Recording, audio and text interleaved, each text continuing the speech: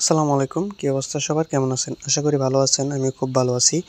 আসলে আপনারা অনেকেই কমেন্ট করতেছেন যে আসলে নতুন লেয়ার খামারের হচ্ছে ঘরটা করতেছি, সেই ঘরের ভিডিও দেওয়ার জন্য। আসলে ঘরটার কাজ মাত্র শুরু করা হয়েছে, যার কারণে আমি তেমন করে ভিডিওটা দিতে পারতেছি না। আসলে যে খামারটা করতেছি, আমার খামারটা অন্য জায়গায় করার কথা ছিল। সেই জায়গাটা আমি ভাড়ার মাধ্যমে নিয়েছিলাম। সেটা কাগজপাতিও কমপ্লিট করা হয়ে গেছিল। তারপর সেই জায়গাটার মধ্যে একটা বাধা চলে আসে। তারপর আমার জায়গাটা অন্য জায়গায় শিফট করতে হয়। সেখানে শিফট করার পরে সেখানেও একটা বাধা চলে আসে, যার কারণে সর্বশেষ আমি কোথাও রাস্তা না পেয়ে আমার যে আগের পূর্বের যে খামারটা ছিল সেটার পাশেই করার প্ল্যান করে ফেলি। কারণ হচ্ছে গিয়ে ২ টা খামার একসাথে অনেক রিস্ক হয়ে যাইতেছিল, তারপরে করতে হইতেছিল। তো সর্বশেষ আমার নিজের যে জায়গাটা ছিল সেই জায়গার মধ্যে আমি খামার করতেছি এখন আপাতত। তো পিলার-টিলার নিয়ে আসা হয়েছে, কাঠকাবারি নিয়ে আসা হয়ে গেছে। মিস্ত্রি আজকে কাজ শুরু করে দিছে। মাপজোক করে পিলারটা গাড়ার প্রস্তুতি চলতেছে এখন। চতুর্দিকে দেখতেছেন আপনারা রশির মাধ্যমে সকল লাইনগুলো কমপ্লিট করা হয়ে গেছে। নদীর পাশেই পড়তেছে খামারটা। এইখানে যখন আমি কাজ শুরু করি তারপরে এখানেও একটা বাধা চলে আসে।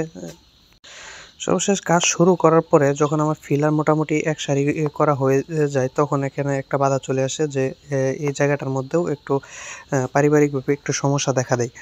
তো সমস্যা দেখার জন্য এখন আমি সর্বশেষ কোথাও রাস্তা না পাই। কারণ আমার জানেন আপনারা যে খামারের বাচ্চাগুলো দ্রুত বড় হয়ে যাইতেছে। সময় খুবই কম, দ্রুত ঘর কমপ্লিট করতে হবে। তারপর যে আসলে কিছু করার ছিল না। কিছু করার না থাকার কারণে আমি এখানে এক সারির ঘরের ব্যবস্থা করতেছিলাম। আর এখানে মূলত ৬০০ মুরগি ঘরের ব্যবস্থা করতেছিলাম। দেখতেছেন ১ম ফিলারটা খাড়া করা হইতেছে। ওরা মাপঝোক করে একুরেট করে ফিলারগুলো গাড়তেছিল। তো এখন আপনাদের প্রশ্ন থাকতে পারে, মুরগি ১২০০ মুরগি আর ৬০০ মুরগি আমি কোথায় রাখবো? আর ৬০০ মুরগি মূলত এখন আমি কোথাও জায়গা তেমন পাচ্ছি না। কারণ এখন আমার ইমার্জেন্সি কাজ করতে হবে, খুব দ্রুততার সাথে কাজ করতে হবে। সময় আমার হাতে খুবই কম। কারণ আর হাতে ১ মাস সময় পাবো। ১ মাসের ভিতরে আমার ঘর খাঁচা কমপ্লিট করে সাইডের মধ্যে মুরগি নিয়ে আসতে হবে। তো সর্বশেষ ওইখানে ৬০০ রাখার পরে যেখানে আমি বাচ্চাটা পালতেছি, আপাতত এইখানে এই সেটের বাকি ৬০০ মুরগি এখানে রাখার চিন্তাভাবনা করি। এভাবে আমি কাজ মূলত আগাইতেছি। তো মোটামুটি ঘরের কাজ শুরু করা হয়েছে। পিলার-টিলার গাড়া হইতেছে। তারপর কাঠকাবারি নিয়ে আসা হয়েছে। কাঠকাবারি জোড়া দেওয়া হবে। আপনারা পাশেই দেখতে পারতেছেন কাঠকাবারি এখানে রেখে দিয়েছি। এখন আসলে মূলত আমি ১২০০ ঘর সেটআপ করার জন্য যে কাঠকাবারিগুলো প্রয়োজন সেই কাঠকাবারি আমি নিয়ে আসছিলাম। এখানে কত টাকার কাঠকাবারি আনছি, কিভাবে আনছিলাম সেটা পরে আপনাদেরকে শেয়ার করার চেষ্টা করব ইনশাআল্লাহ। এখানে পিলার আনা হয়েছে, মূলত পিলার আনা হয়েছে ৫০ পিস পিলার আনা হয়েছে, ১২ ফিট পিলার এক-একটার হাইট। তো লেয়ার খামারের গড়টা কত ফিট উচ্চতা হইতেছে, মূলত আমরা ভিতরে গ্যাপটা ১০ ফিট রাখার চেষ্টা করি।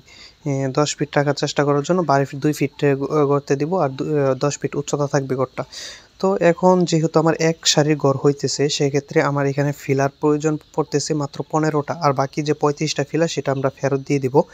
আর ফিলার বাবদ কত টাকা খরচ হয়েছে আর কাঠকাবারি কত টাকা খরচ হয়েছে সেটা আপনার পরের ভিডিওতে হয়তোবা দেখতে পারবেন। ইনশাআল্লাহ চেষ্টা করব দেওয়ার জন্য। তারপর সকল কাজ কমপ্লিট করার পরে চারপাশে ৪টা পিলার গাড়ার পরে প্রত্যেকটা পিলারের দূরত্ব কতটুক হবে সেটা মেপে ওরা একুরেট মেজারমেন্ট করতেছে, যে কতটুক দূরত্ব পিলারগুলো বসবে। সুন্দর করে মেপে ওরা সেই জায়গায় দাগ দিয়ে নিতেছে বা একটা করে রশি বেঁধে দিতেছে, যে সরাসরি ওইখানেই পিলারটা গাড়তে তাদের কোনো অসুবিধা না হয়। এই ছিল মূলত আজকের ভিডিওটা। আসলে ঘরটা নিয়ে খুব প্যারায় আছি আমি কতদিন যাবৎ।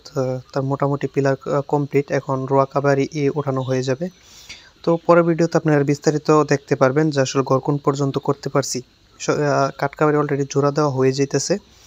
তো এই ছিল আজকের ভিডিও। পরের ভিডিওটা আসলে তেমন কিছু দেখানোর নাই, আপনাদের কমেন্টস ছিল, যার কারণে আমি সাধারণ যে অবস্থায় আছে সেই অবস্থায় দেখানোর চেষ্টা করছি। এই ছিল আজকের ভিডিও। দেখা হচ্ছে পরবর্তী ভিডিওতে। সে পর্যন্ত সবাই ভালো থাকেন, সুস্থ থাকেন। আল্লাহ হাফেজ।